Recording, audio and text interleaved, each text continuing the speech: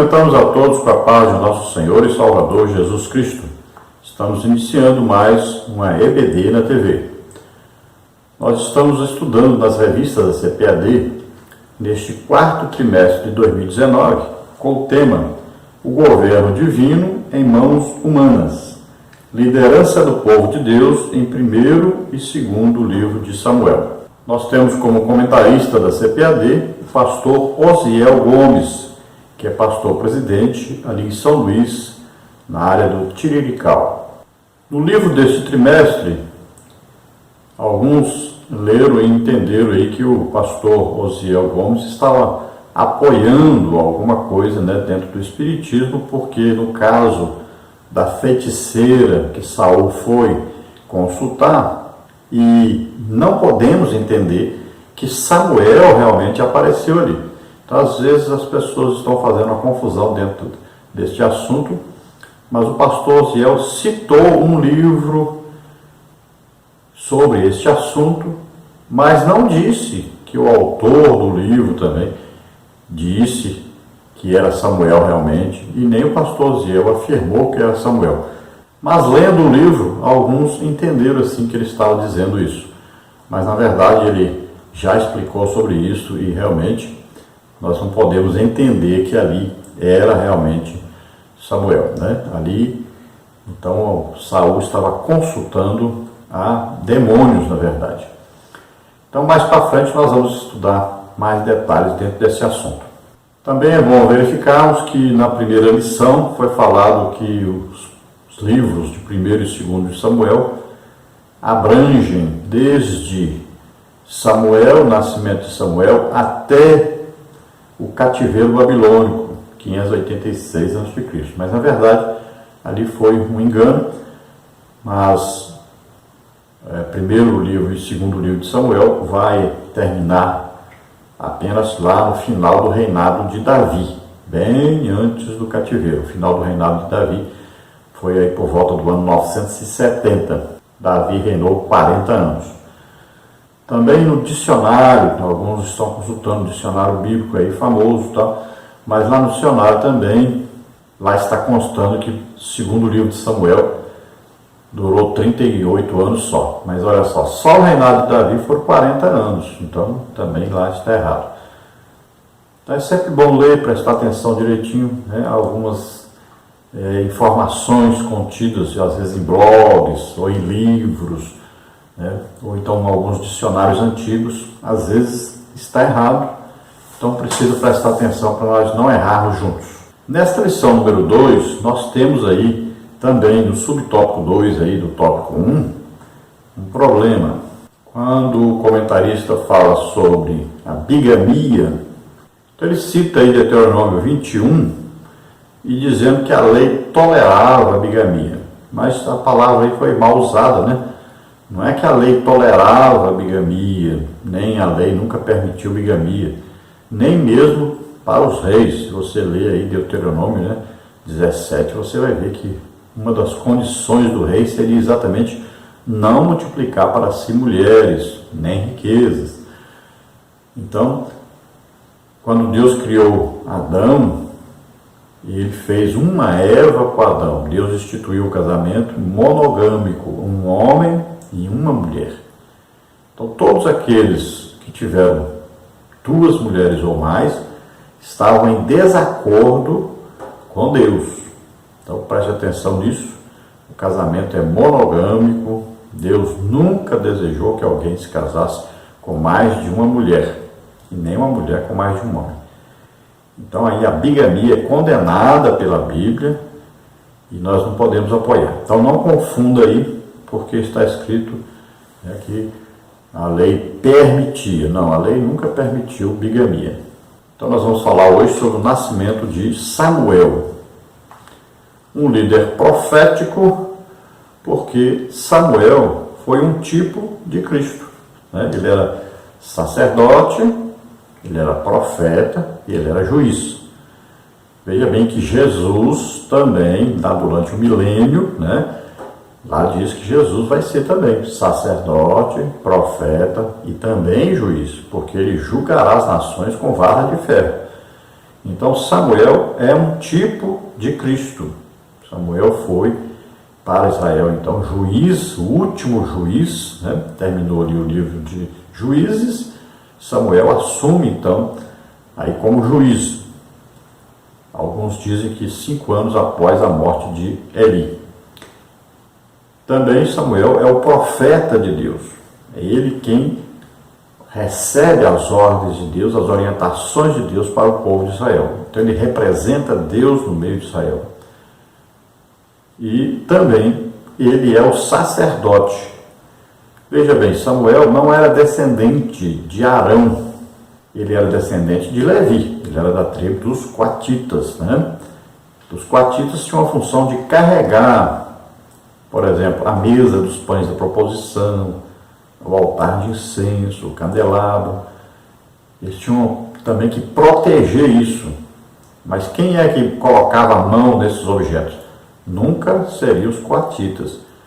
Eram os filhos de Arão, os descendentes diretos de Arão, que eram os sumos sacerdotes, e aquele que não era o sumo sacerdote ajudava o sumo sacerdote. Esses, quando o tabernáculo era mudado, então eles andavam de costas, né, pegavam ali aqueles panos, né, aqueles tecidos, cobriam a arca, cobriam todos os utensílios do tabernáculo, principalmente então do lugar santo e do Santo dos Santos, e os coatitas é que vinham, então pegavam ali nos varais e carregavam aqueles objetos. Tá? Então esse era o trabalho dos coatitas, era um trabalho muito importante, e o trabalho daqueles que se chegavam mais próximos, então, né, da arca e dos outros objetos que ficavam no lugar santo, que é ali o candelabro, o altar de incenso, a mesa dos pães da proposição. Nós sabemos, então, que Ana, ela doa Samuel para Deus, e ainda diz que navalha, né, não passaria na sua cabeça, então não poderia cortar o cabelo. Ele era nazireu de Deus, ele não podia beber vinho. Então veja só, ele é consagrado a Deus. Então olha só, o sacerdócio de Samuel agora é o mesmo tipo de sacerdócio lá de Melquisedeque, é o mesmo tipo de sacerdócio de Jesus. É um sacerdócio de uma vida totalmente entregue a Deus. E juridicamente Samuel agora é adotado então pelo sumo sacerdote Eli. Então ele já era descendente de Levi, poderia ser levita, era um coatita, poderia então ajudar ali. Mas ele não poderia assumir como sumo sacerdote. Mas quando Eli o adota, então agora ele pode assumir como sumo sacerdote. Veja só que ele é um tipo de Cristo até nisso. Jesus é chamado descendente de Davi, né? Até filho de Davi ele é chamado então na Bíblia. Veja só, mas ele é filho de Davi? Não. Ele é descendente de Davi, humanamente falando? Não. Como é então isso? É porque ele foi adotado por José. Então, quando José o adota, ele passa a ter legalmente o direito a ocupar o trono de Davi, porque José era descendente direto do rei Davi, era de Belém. Veja só. Até nisso, Samuel é um tipo de Cristo, porque ele assumiu o sumo sacerdócio sem ser descendente direto de Arão. Então era preciso explicar esses detalhes primeiro para nós entrarmos na lição. Eu sou o pastor Luiz Henrique e nós ministramos palestras para professores, superintendentes, né, os alunos, os interessados em escola bíblica dominical. Ministramos também sobre dons do Espírito Santo. Deus me concedeu dons de curar. Nós ministramos sobre missões. Eu fui missionário, pela graça de Deus, abrimos 8 igrejas. Também ministramos sobre escatologia, ministramos sobre família. Você pode até dividir as palestras sobre idosos, jovens, casais. Então, nós ministramos aquilo que você quiser que seja ministrado aí na igreja. Então nos convide, nós estaremos aí. Você entra em contato conosco. Eu não dirijo igreja e não sou funcionário da CPAD, como alguns imaginam. Então, os irmãos nos convidem, nós vivemos assim das ofertas que os irmãos nos doam. Eu estou desempregado já há 3 anos e meio e nós atendemos então os convites dos irmãos e vamos onde os irmãos nos convidam. Você pode nos convidar e nós estaremos aí. Eu moro agora em Americana, São Paulo. Antes eu morava em Imperatriz, Maranhão. Agora eu moro em Americana, São Paulo. Então você nos convide e nós estaremos aí. Meu telefone ainda é o telefone Imperatriz Maranhão, DDD 99, o telefone 991520454. O meu e-mail, Henrique LHAS, L de Luiz, H de Henrique, A de Almeida, S de Silva. Então, henriquelhas@hotmail.com. Vamos então à nossa lição número 2, que tem como título O Nascimento de um Líder Profético em Israel. Nosso texto-áudio está aí em 1º livro de Samuel, capítulo 1, versículo 20, que diz: E sucedeu que, passado algum tempo, Ana concebeu e teve um filho, e chamou seu nome Samuel, porque dizia ela: O tenho pedido ao Senhor. Então, após Ana orar, pedir a Deus um filho, teve um dia então que Ana tomou a decisão de fazer diferente. Ela agora vai se derramar realmente, ela vai clamar, ela vai insistir, ela vai agora acreditar que a sua oração vai ter resposta. Então esse dia chegou, depois de muito sofrimento, muita humilhação, por parte principalmente de Penina, né? A sua rival, que na verdade fazia isso de gosto mesmo, para poder provocar Ana, para fazer Ana sofrer. Então, ela sempre estava ali dizendo que tinha filhos e Ana não podia ter filhos. E é interessante nós falarmos outra coisa importante. Ana não era estéril. Sarai era estéril, Rebeca era estéril, Raquel era estéril. E a Bíblia diz isso. Agora, Ana não era estéril. A Bíblia diz que Deus cerrou a madre, Deus fechou a madre. Foi Deus que fez com que Ana não pudesse ter filhos. Porque Deus tinha um plano na vida de Ana. De Ana nasceria, então, um profeta que seria o tipo de Cristo. Então, Deus queria que Ana clamasse por esse filho, acreditasse que esse filho nascesse por causa da fé de Ana, porque esse filho era um filho especial. E os filhos especiais têm que nascer de milagre. Então, Ana pede e ela recebe ali uma confirmação daquele que representava Deus ali, que era o sumo sacerdote Eli. Então Eli confirma a sua petição e ela volta para casa agora alegre, satisfeita, porque agora ela acreditou. Ela agora teve fé. Fé é quando você acredita antes de acontecer. Então você constrói o que você quer orando. Lá no reino de Deus, é o reino espiritual. Lá se constrói as coisas orando. É isso que ela fez. Então, quando ela sai da oração, ela acredita, ela tem certeza. Ela sai já com semblante alegre, feliz. Ela sai agora com a certeza de que o seu pedido foi atendido. E assim que está escrito, por exemplo, você vai orar por um enfermo. Se você vai orar duvidando que ele vai ser curado, nem adianta orar. Né? Então lá diz: estes sinais seguirão os que crerem. Se você não acredita, não adianta nem ir, não vai acontecer nada, porque precisa da fé. Então tudo o que você quiser de Deus, a fé é exigida. Sem fé é impossível agradar a Deus. A verdade prática diz: o surgimento de pessoas vocacionadas como Samuel pode ser o resultado da oração, consagração e ensino dos pais no lar. Então nós vamos ver o ministério aí do profeta Samuel e nós vamos ver que Samuel é um homem tremendamente íntegro, um homem que foi uma bênção para a sua nação, um homem que fez a transição entre a época dos juízes e a época dos reis de Israel, né? Entre então o juizado e a monarquia.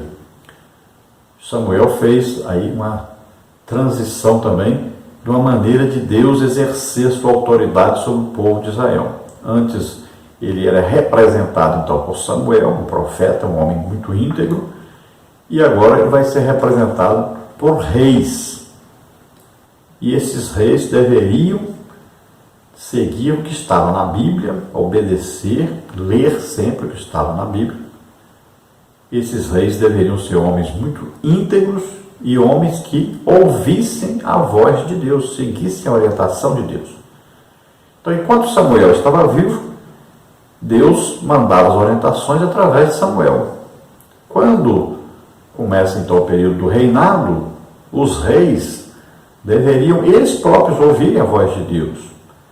E quando fosse necessário, eles poderiam também consultar um profeta, que sempre houve, durante o reinado, estava ali um profeta, para ser consultado caso fosse necessário. O importante era que o rei desejasse seguir aquilo que Deus queria.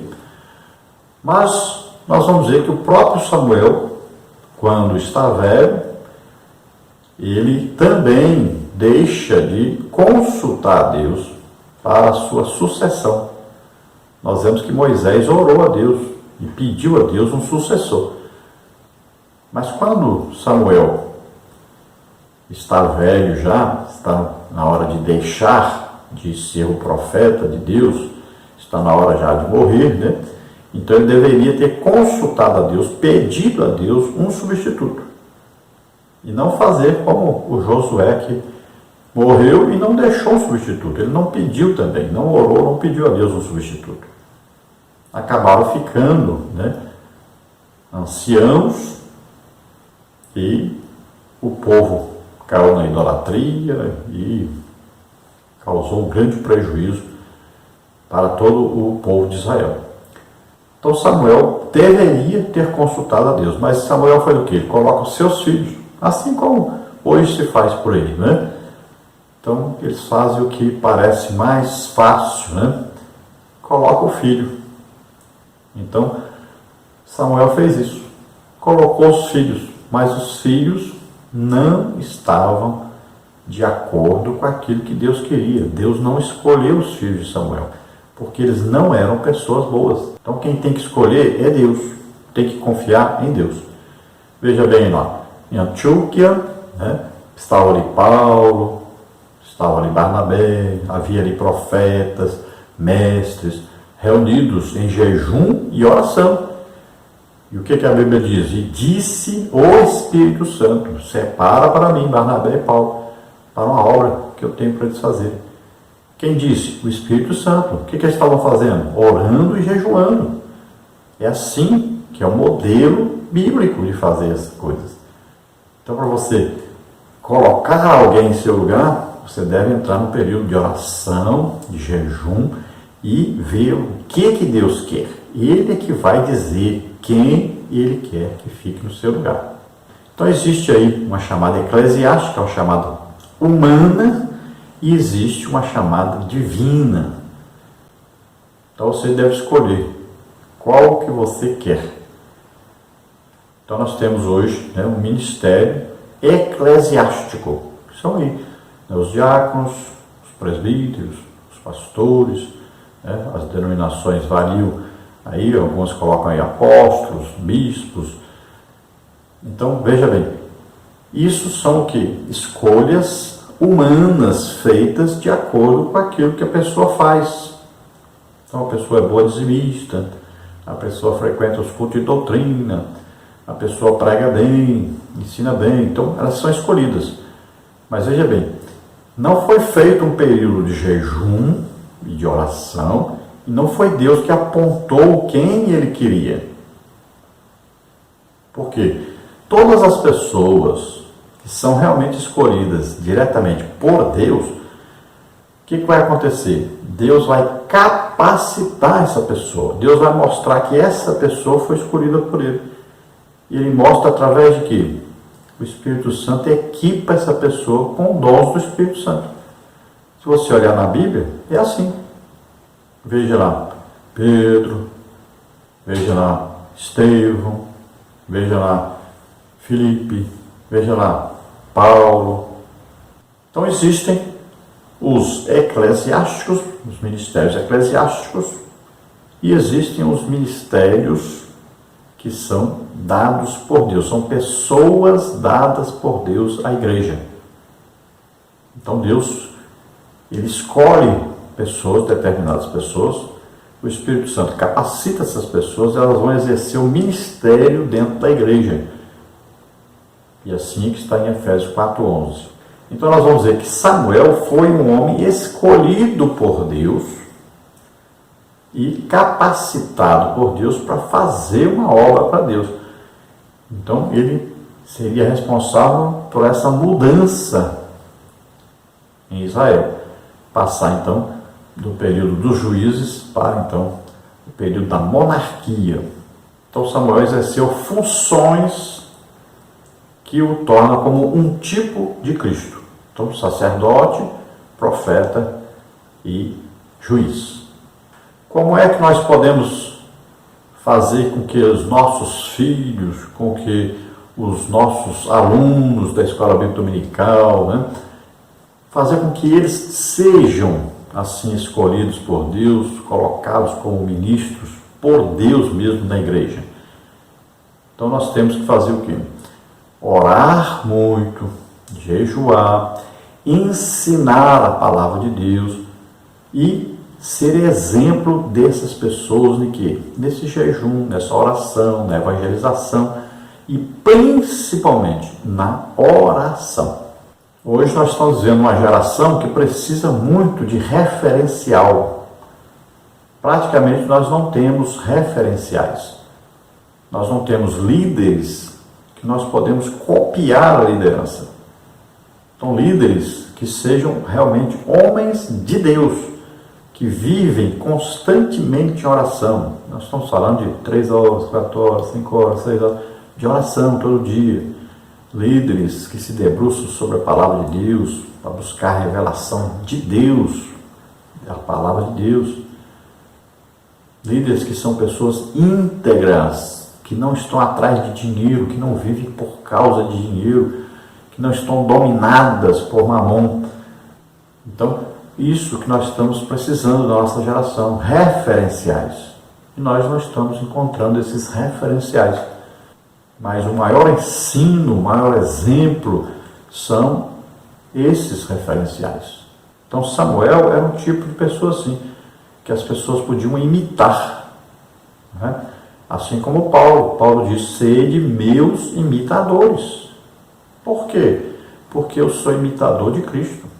Vamos à leitura bíblica em classe, que está em primeiro livro de Samuel, capítulo 1, versículos 20 ao versículo 28. Diz assim: Sucedeu que, passado algum tempo, Ana concebeu e teve um filho, e chamou seu nome Samuel, porque dizia ela, o tenho pedido ao Senhor. E subiu aquele homem Elcana, com toda a sua casa, a sacrificar ao Senhor o sacrifício anual e a cumprir o seu voto.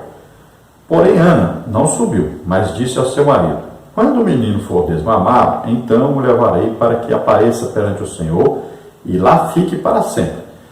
E Elcana, seu marido, lhe disse, faz o que bem te parecer a teus olhos. Fica até que o desmames, tão somente confirme o Senhor a sua palavra. Assim ficou a mulher e deu leite a seu filho até que o desmamou. E havendo-o desmamado, o levou consigo com 3 bezerros e um efa de farinha e um odre de vinho, e o trouxe à casa do Senhor, a Siló, e era o menino ainda muito criança. E degolaram o bezerro, e assim trouxeram o menino a Eli. E disse ela, meu Senhor, viva a tua alma, meu Senhor. Eu sou aquela mulher que aqui esteve contigo para orar ao Senhor. Por esse menino orava eu, e o Senhor me concedeu a minha petição que eu lhe tinha pedido. Pelo que também ao Senhor eu entreguei por todos os dias que viver, pois ao Senhor foi pedido, e ele adorou ali ao Senhor. Então vemos aqui que Ana fez o voto, mas o voto biblicamente precisa ser confirmado por aquela pessoa que tem autoridade sobre essa pessoa que fez voto. Se a pessoa que tem autoridade sobre a pessoa que fez o voto quiser desmanchar o voto, ela pode. Então, se uma esposa fizer um voto e o seu marido quiser desmanchar esse voto, ele pode. Então, aqui Elcana confirma o voto de Ana. Eles tinham, além disso, uma autoridade sobre eles, que era Eli, o sumo sacerdote. Então, Eli confirma esse voto. Olha só. Então, o voto de Ana foi confirmado pelo seu marido, Elcana, foi confirmado pelo sumo sacerdote Eli.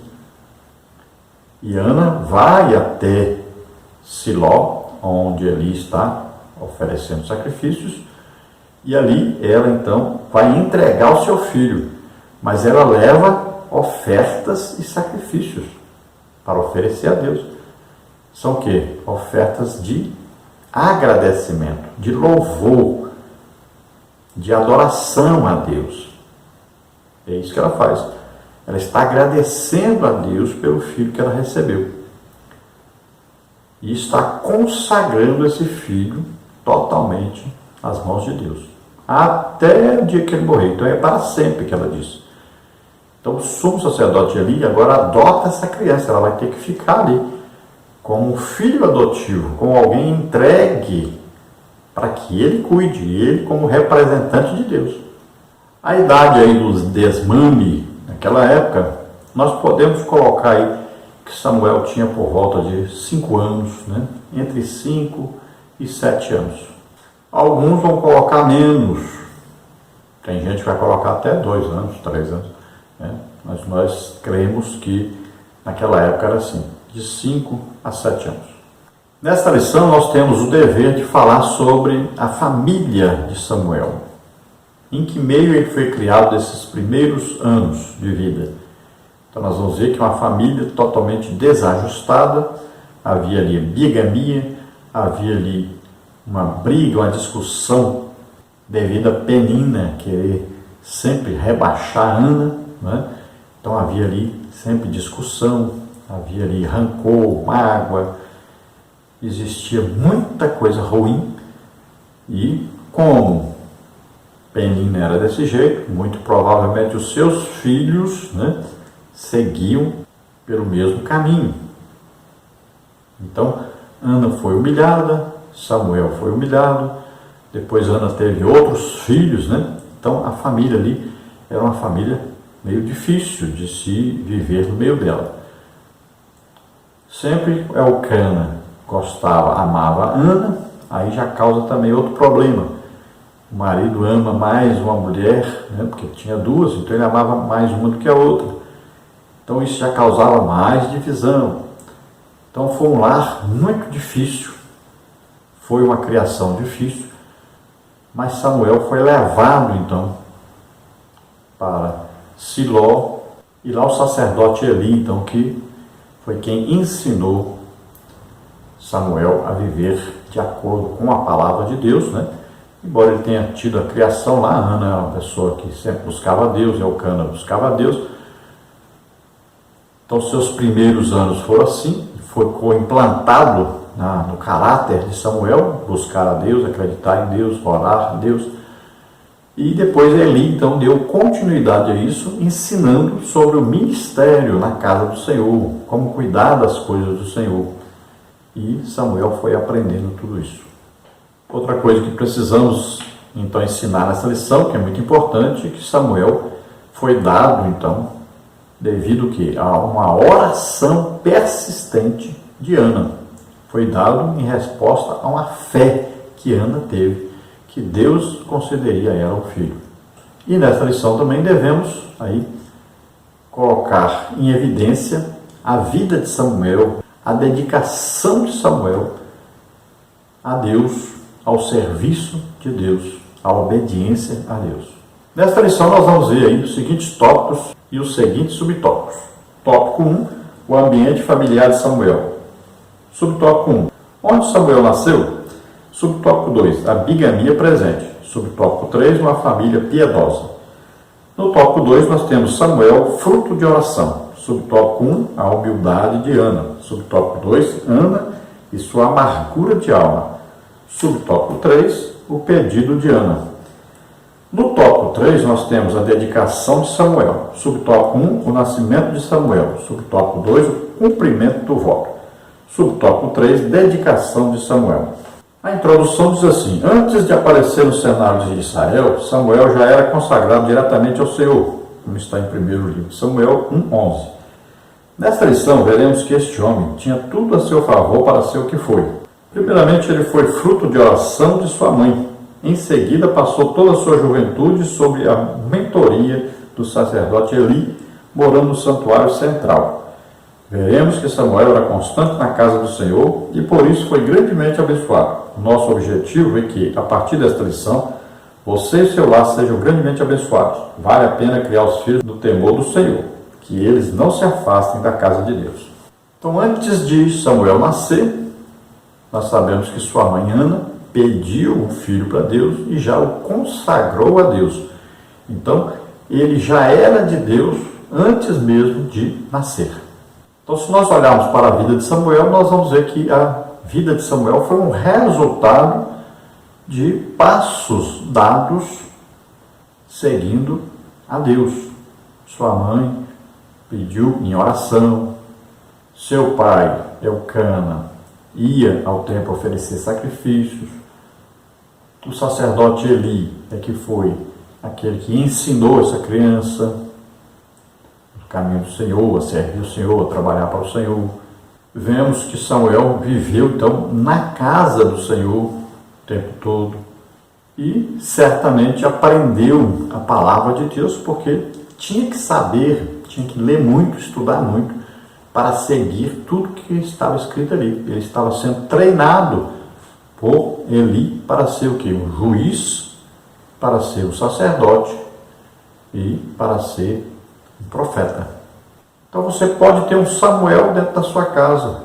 Você deve seguir esses passos. Tópico 1, então, o ambiente familiar de Samuel. Subtópico 1, onde Samuel nasceu. Subtópico 2, a bigamia presente. Subtópico 3, uma família piedosa.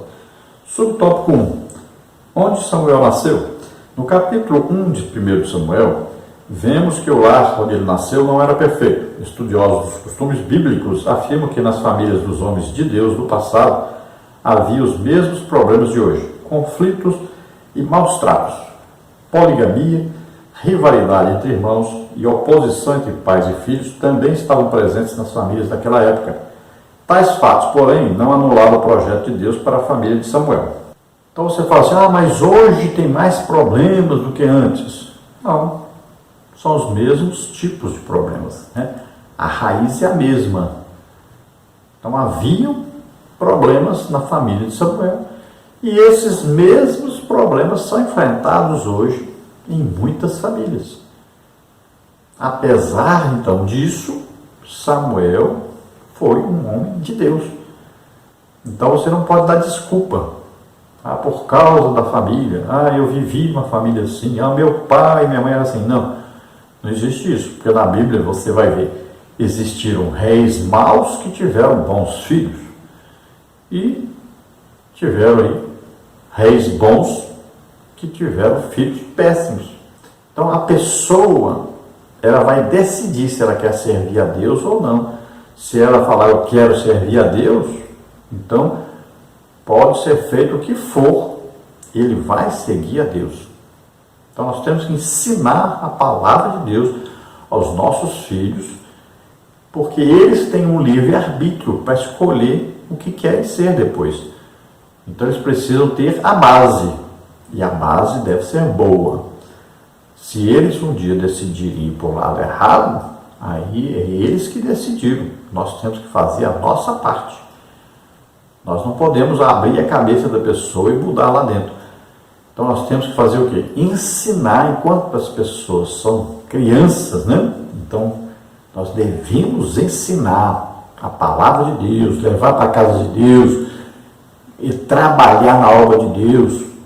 Então é assim, orar, dar o exemplo na oração, no estudo da Bíblia, no trabalho, na obra de Deus. Nós temos que ser exemplo. Agora, vai depender então da pessoa depois decidir o que quer ser. Então você tem que fazer a sua parte, educar seus filhos na palavra de Deus e ser exemplo para os seus filhos. A Bíblia diz que Elcana, pai do jovem juiz, sacerdote e profeta, era levita da família de Coate. Primeiro livro de Crônicas, capítulo 6, versículos 22 a 28. Então, algumas tradições você vai ver aí Vansli, né, e aí é o Joel, tá?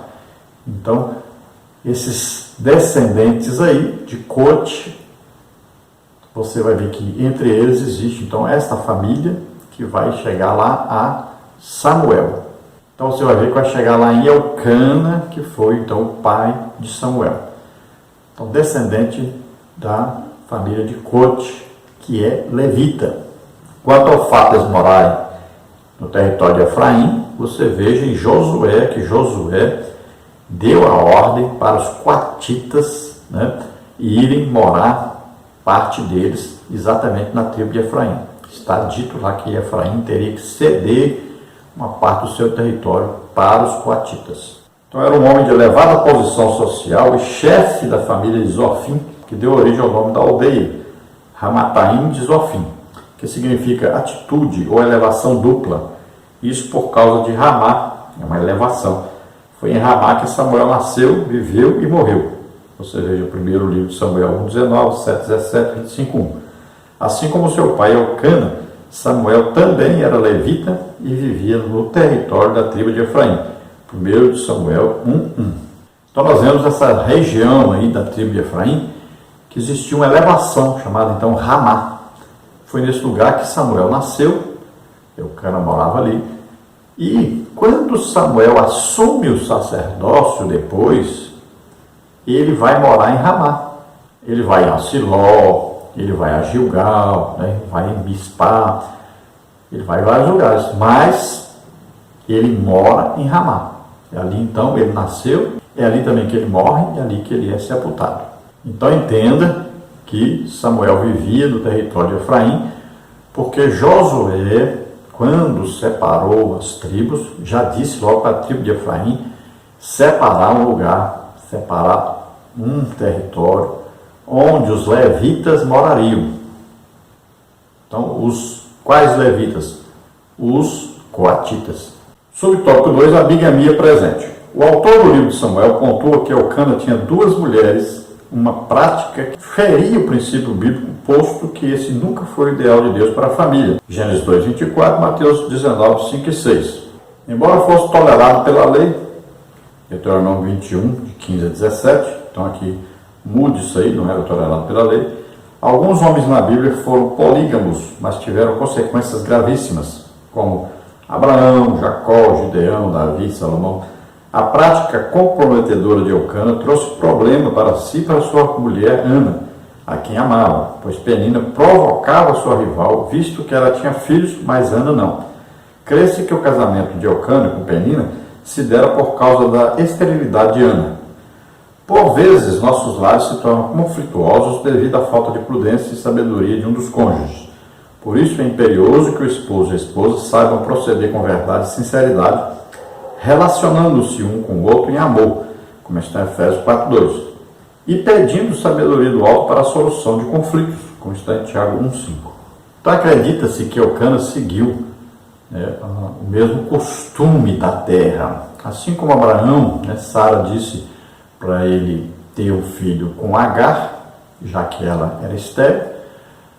Elcana, vendo que sua mulher não tinha filhos, não sabia que era Deus que tinha cerrado a madre dela, então acreditamos aí que ele tenha arrumado a Penina, então essa outra mulher, para que esta outra mulher gerasse filhos, já que Ana não tinha filhos.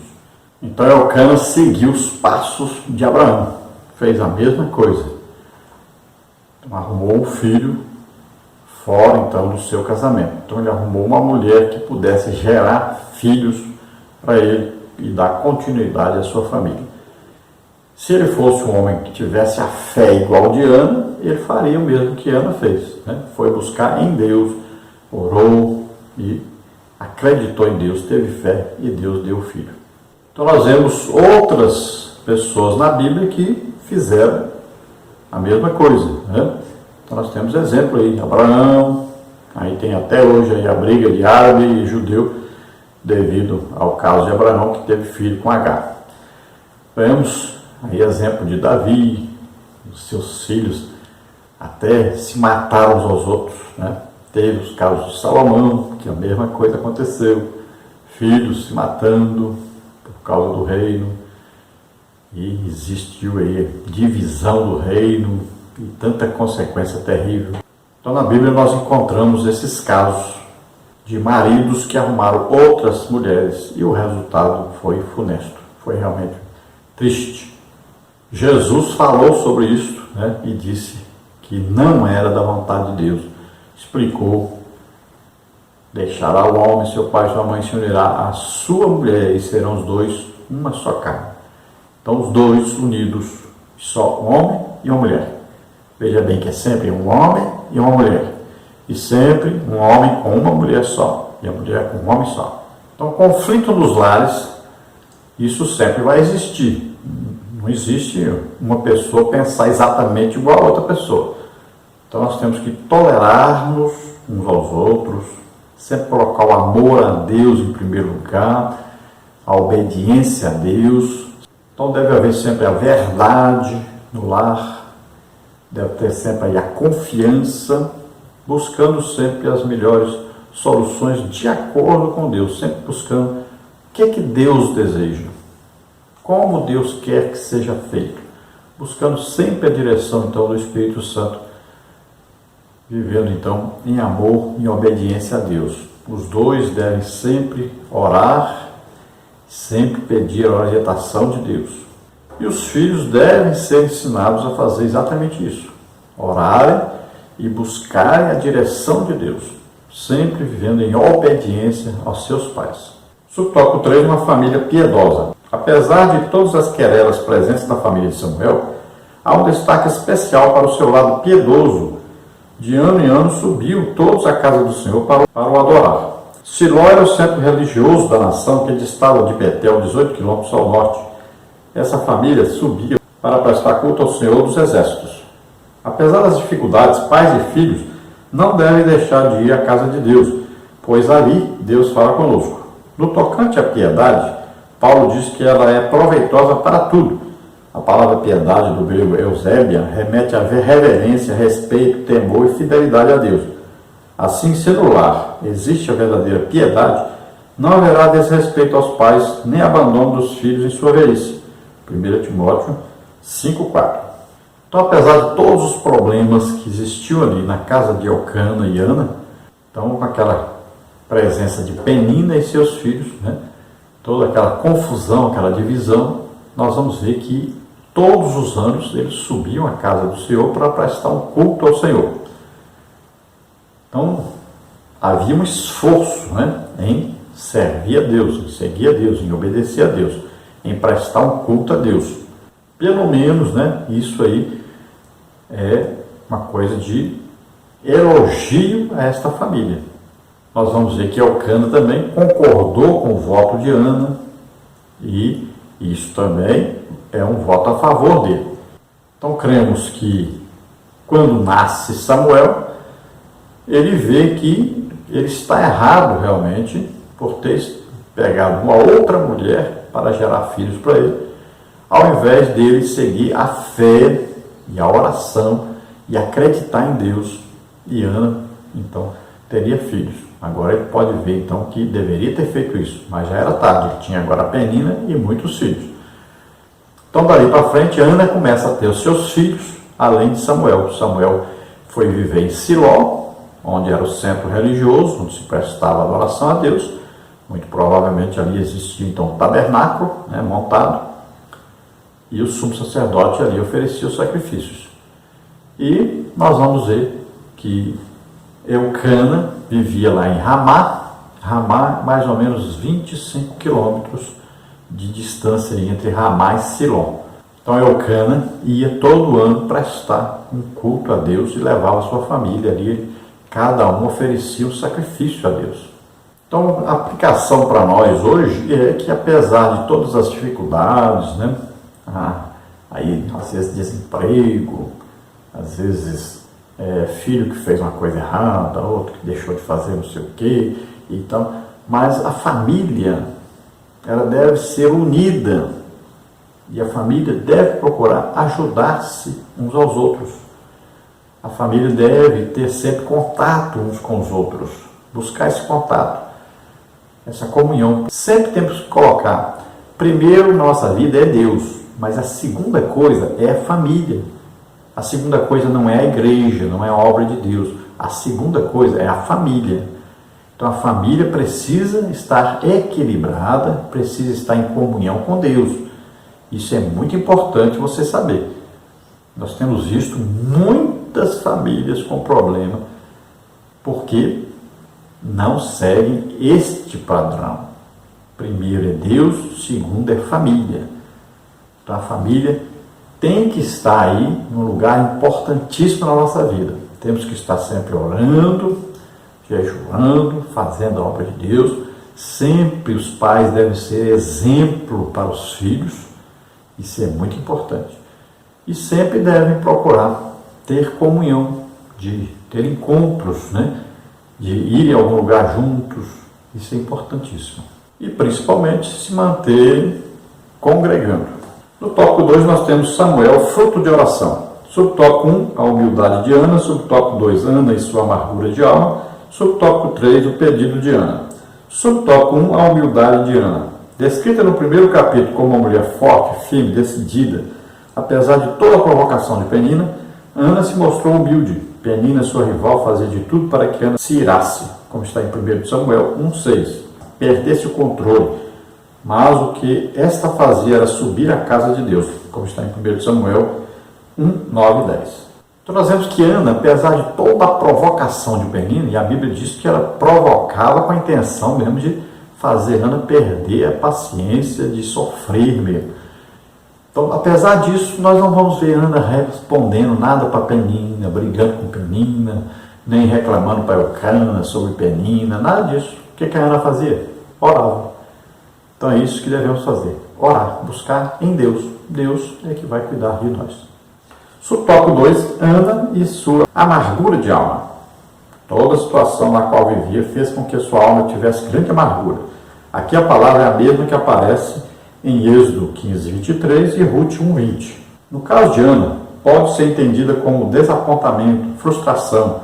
No santuário, ela orava ao Senhor apenas com os lábios, o que não era comum para os hebreus. Esse ato incomum fez Eli pensar que ela estivesse embriagada. Mas com reverência, ela explicou sua dor, de modo que o sacerdote lhe respondeu: vá em paz, e o Deus de Israel te conceda a tua petição que lhe pediste. 1 Samuel 17. Assim aprendemos que as nossas amarguras e ansiedades devem ser colocadas perante o soberano Senhor. Ele sabe como tratar conosco. 1 de Pedro 5, 7. Então aqui a amargura de Ana era o quê? Era a frustração por não poder ter filhos e viver humilhada pela sua rival, né? Imagine quantas vezes ela teve medo de perder o seu marido, porque a outra tinha filhos e ela não. Imagine quantas vezes ela pensou que Deus não a amava, porque ela não era abençoada, não tinha filhos. E Israel, a mulher que não tinha filho, era humilhada, né? E era tida assim como uma pessoa que Deus não gostava dela. Então veja só, Ana sofreu muito, se angustiou muito. E Deus é um Deus que vê isso. Quer ver Deus olhar para a pessoa? É quando todos começam a humilhar essa pessoa. É quando todos começam a deixar essa pessoa de lado, começam a abusar dessa pessoa. Quando a pessoa se torna nada mesmo, perseguida, aí Deus entra com a sua providência. Deus vem em socorro dessa pessoa. Deus não gosta que as pessoas façam isso, que humilhem os outros. Então, quando a pessoa está bem humilhada, quanto mais a pessoa humilhada, mais Deus exalta essa pessoa, mais Deus chama essa pessoa, mais Deus capacita essa pessoa para fazer a obra de Deus. A perseguição, na verdade, traz bênção para aquele que é perseguido. Então Ana orava com seus lábios, orava baixinho. O judeu geralmente fala alto, né? Ele ora falando alto. As pessoas à sua volta escutam. Pode ver que Jesus, quando citou o caso daqueles dois homens orando, né? Que um dizia que não queria ser como o outro, mas o outro dizia que era um pecador, miserável, tá? Veja que todos escutavam a oração. E é assim que eles oravam, todos escutavam o que estavam falando. Por isso se tornava uma hipocrisia, muitas vezes, que a pessoa se exaltava na oração. E os outros ficavam escutando, né? Achando que ele era alguma coisa. Então veja só, a oração aqui que Ana fazia era uma oração que ela falava, mas bem baixinho, era entre ela e Deus. Ela não queria ninguém ouvindo. Ali era uma coisa de intimidade, de comunhão, de conversar realmente com Deus e não falar para que as pessoas pudessem ouvir. O sacerdote ali, vendo isso, achou que essa mulher estava bêbada. Então chegou e foi repreendê-la. Ela disse: não, senhor, eu não estou bêbada. Estou orando, conversando com Deus, pedindo a Deus um filho. Subtópico 3, o pedido de Ana. Ana pediu um filho para Deus. Nesse pedido, ela fez um voto, mencionando duas promessas. Primeira, se o pedido fosse atendido, ela dedicaria o seu filho como levita para sempre. 1 Samuel 22. Note que o ministério de levita durava até 50 anos, Números 4:3. Segunda, ele seria um nazireu de Deus, 1 Samuel 1:11. Observe que o nazireado tinha um tempo determinado também, Números 6, 2-5. Deus ouviu o pedido de Ana e agiu em seu favor. A expressão lembrou-se dela aponta para o socorro divino. Como é maravilhoso entregar tudo a Deus, levar em nossas causas, pois se eu agir certo, Deus ainda intervém. Então veja bem que Ana faz um voto. Isso é muito importante diante de Deus. Se você deseja realmente uma coisa de Deus, se você quer uma coisa importante para Deus, se você quer se consagrar, quer ser usado por Deus, é importante esse voto. Então pense bem antes de fazer, não vai fazer voto impossível de ser cumprido depois.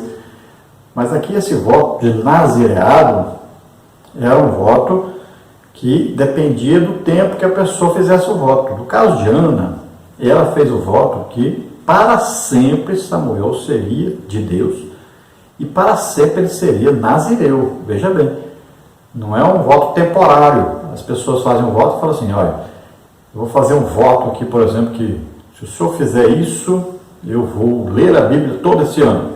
É um voto. Então, acabou o ano, você já leu a Bíblia, pronto, acabou o voto.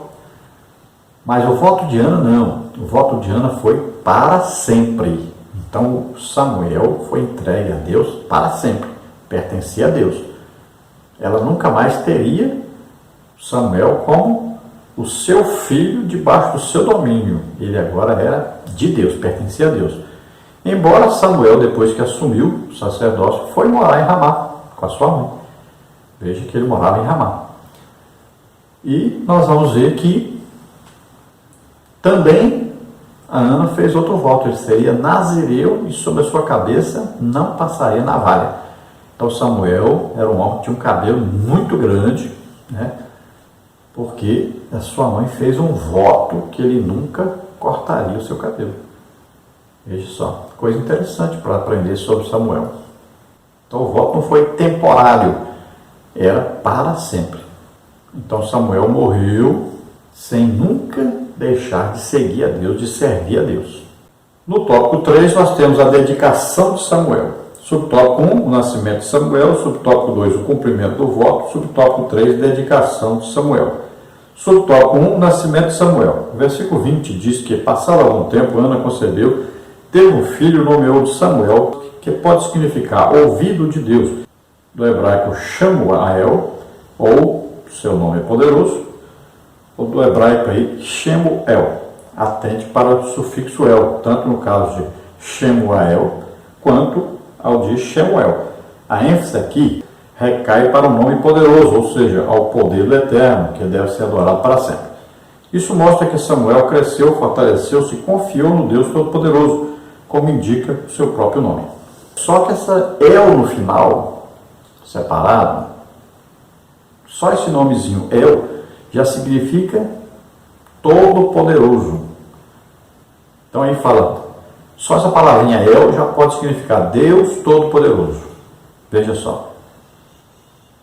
Então, quando você fala assim, El Shaddai, olha aí, o Deus Todo-Poderoso que te toma no colo, né, te amamenta, te nutre, olha só, te guarda, te protege, né, como a galinha ali com os pintinhos. Esse é o significado de El Shaddai.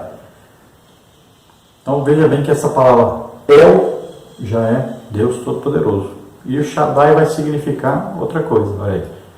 Assim também aqui. Então o nome Samuel já é aqui, então dizendo que foi pedido a Deus. Então a Ana fez um pedido a Deus e consagrou esse filho a Deus. Então quando Samuel nasce, ela fala, qual o nome dele? Pedido a Deus.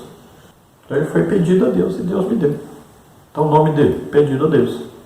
Subtópico 2, o cumprimento do voto. A partir do versículo 21, nota-se que Elcana, marido de Ana, subiu à casa de Deus para, juntamente com toda a sua casa, com exceção de Ana, que só subiria após desmamar o menino, apresentar sacrifícios anuais e cumprir o seu voto. Pelo texto da Septuaginta, Elcana cumpriu seus votos e também entregou os dízimos dos produtos da terra, como está em Deuteronômio 12, 26 e 27. Esse procedimento consistia em entregar os dízimos do produto da terra, conforme se esperava que todo levita fizesse. Números 18, 26, Neemias 10, 38. Após ser desmamado, aproximadamente 3 anos mais tarde, Samuel foi levado por seus pais à casa de Deus e entregue ao sacerdote Eli como cumprimento do voto feito por sua mãe. Assim o casal cumpriu conforme o prometido. Quando a Deus fizeres algum voto, não tardes em cumpri-lo. Eclesiastes 5, 4a. Então aqui nós temos a questão aí do desmamar, e nós podemos ver que esse desmamar pode ser, aqui na revista, né, o comentarista adotou a posição de 3 anos. Samuel não poderia com 3 anos ser cuidado pelo sacerdote Eli, é o que nós acreditamos, né? Uma criança com 3 anos ainda está fazendo as necessidades na roupa, né? Não sabe comer sozinho, então daria bastante trabalho. Então nós acreditamos que pode ser, vamos adotar uma idade mediana, entre 5 e 7 anos seria melhor adotado. Então Elcana, ele sobe e vai oferecer sacrifícios a Deus, entregar os dízimos. Era obrigatório, né? O sacerdote recebia dízimos, e dos dízimos que ele recebia, 10% ele entregava para Deus. Então o dízimo não é só para as pessoas normais, também para quem é sacerdote, para quem, por exemplo, um pastor, se ele tem o seu salário, se ele recebe ofertas, né? Tudo que ele recebe, 10% ele deve entregar a Deus, que é de Deus. Os pastores também são dizimistas. Então aqui, o Elcana, ele recebeu uma terra, né, dada pelos efraimitas, né, da tribo de Efraim, para os sacerdotes levitas. Então, ali ele plantava, e o que ele plantava, ele colhia 10% e ele levava para entregar no templo. Não sabemos se ele recebia alguma oferta também das pessoas, porque muitas vezes as pessoas davam ofertas aos sacerdotes, onde quer que eles vivessem. Então, eles viviam em várias cidades de Israel. Então, tudo que ele recebia, ele pegava 10% e levava e entregava lá em Siló, onde o sacerdote Eli estava. Então, nós vamos ver aqui que, nesta oportunidade, ele vai, mas Ana não vai com ele, porque está com o filho pequeno. E ela diz que, quando chegar o momento de entregar o filho, é que ela vai, que ela já vai logo para entregar o filho e deixar o filho lá. Então, quando ela for, ela vai para cumprir o voto que fez. Subtópico 3, dedicação de Samuel. Ana lembrou a Eli que esteve perante a sua presença orando ao Senhor para que se lembrasse dela. Assim Ana dedicou Samuel a Eli para o serviço no templo, devolvendo-o para Deus Todo-Poderoso. É uma dedicação irrevogável. Como é bom quando os pais se dedicam às coisas de Deus e, consequentemente, mostram aos seus filhos, na prática, uma vida de devoção sincera. Ao chegarem ao templo em reverência, oram a Deus, em casa fazem o culto doméstico, primam por viver o Evangelho de Jesus Cristo. Os filhos que crescem vendo tal dedicação sincera, naturalmente são estimulados a temer a Deus e a amá-lo de todo o coração. Mostremos, portanto, reverência, humildade e honra ao Senhor nosso Deus. Então agora, quando Ana vai até Siló com seu marido Elcana, ela agora entrega a criança ao sumo sacerdote Eli, cumprindo então o seu voto. Então o filho dela ficaria para sempre para Deus, a serviço de Deus, como servo de Deus. Então ela cumpriu o seu voto e assim ela deu um exemplo, né, para os outros filhos também, que a pessoa, quando fizer um voto, deve pagar o seu voto. Então, deve realmente cumprir aquilo que prometeu. Então, veja que a Ana era uma mulher temente a Deus, que tinha fé em Deus realmente, e uma mulher honesta, verdadeira. E ela foi íntegra, né? Coisa que falta muito hoje em muita gente. Mas ela foi exemplo.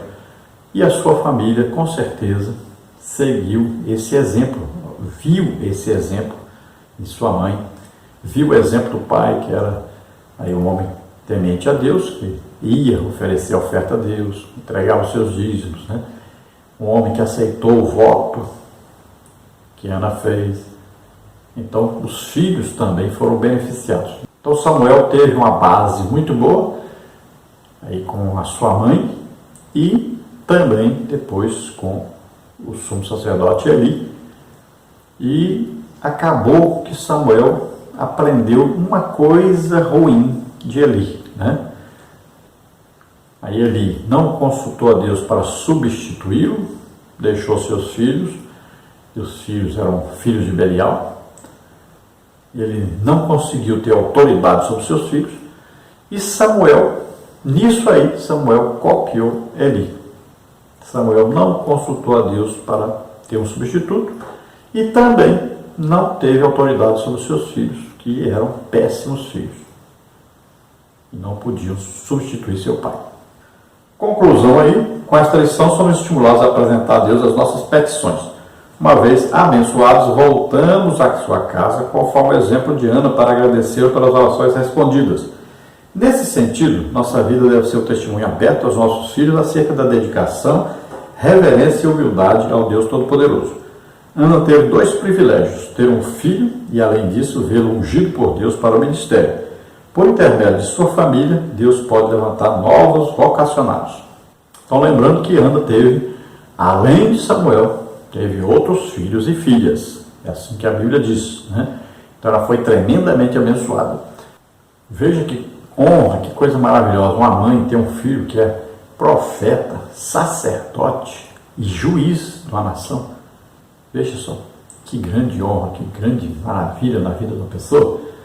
Então, Ana teve um filho exemplar, um filho que era um grande destaque da nação e que Deus confiou a esse filho, então, um governo sobre toda a nação, todo o seu povo. Veja só que coisa maravilhosa, o resultado da oração de Ana. Então, nós também devemos fazer isso, orarmos, pedirmos a Deus. Você que está casando agora, não evite filho de jeito nenhum. Confie em Deus, peça a Deus um filho, peça a Deus para que você possa cuidar bem desse filho, educá-lo bem. Peça a Deus para lhe dar filhos. A Bíblia ensina assim, os filhos são bênçãos de Deus. Cuidado, tem muita gente casando hoje e evitando filhos. Cuidado, isso é pecado, isso é não confiar em Deus e isso é não querer Deus na sua casa. Os filhos são bênçãos de Deus. Muito cuidado com isso. Então, deseje, peça a Deus os filhos, confie em Deus. Deus vai cuidar de você, vai cuidar dos seus filhos. Eduque os seus filhos, faça a sua parte. Lembre-se, pais têm a obrigação de ensinar os seus filhos a palavra de Deus, ensinar os seus filhos a orarem, a prestarem culto a Deus, e eles devem ser exemplo para os seus filhos. Então não basta mandar seus filhos para a igreja, tem que ir junto. Não basta mandá-los à escola bíblica dominical, tem que ir junto com eles. Então ensina seus filhos no caminho, então é andando com eles, ensine os seus filhos no caminho do Senhor. Isso é obrigação dos pais, é dever dos pais.